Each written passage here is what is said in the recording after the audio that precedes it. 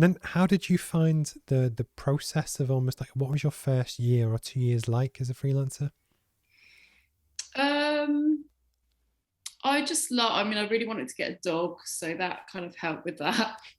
That was kind of one of the main goals was like, oh, amazing work from home. I loved,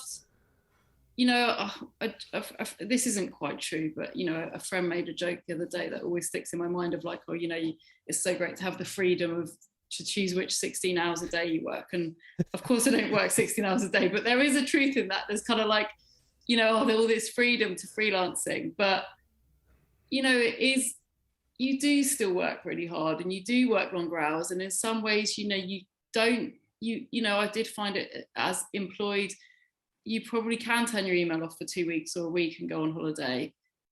And that's kind of the culture is, it's probably a bit more acceptable in a lot of roles, but I find that really difficult as a freelancer. So you don't, you can't shut down in that respect. But for me, the freedom to work, to not feel like I have to be somewhere at 9 o'clock on Monday morning, that kind of sense of freedom, the freedom that you can pick and choose clients. And of course, it is hard to say no to work. And, it takes time to kind of learn all of these things. But that freedom is just something that I would never like forgo now.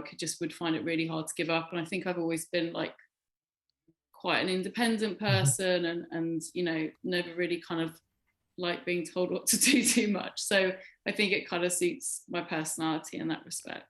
No, because like before the call, when we spoke about this, and it's funny that some people will just see me as this annoying guy that does live streams or podcasts, but it's almost that when I do my client work, I don't know if it is technically anxiety, but I feel sick when I know that I've got stuff to do and they're waiting for it, even though it's within a perfectly reasonable time frame, and it's just that sits with me 7 days a week. As soon as sends an email in, it goes there.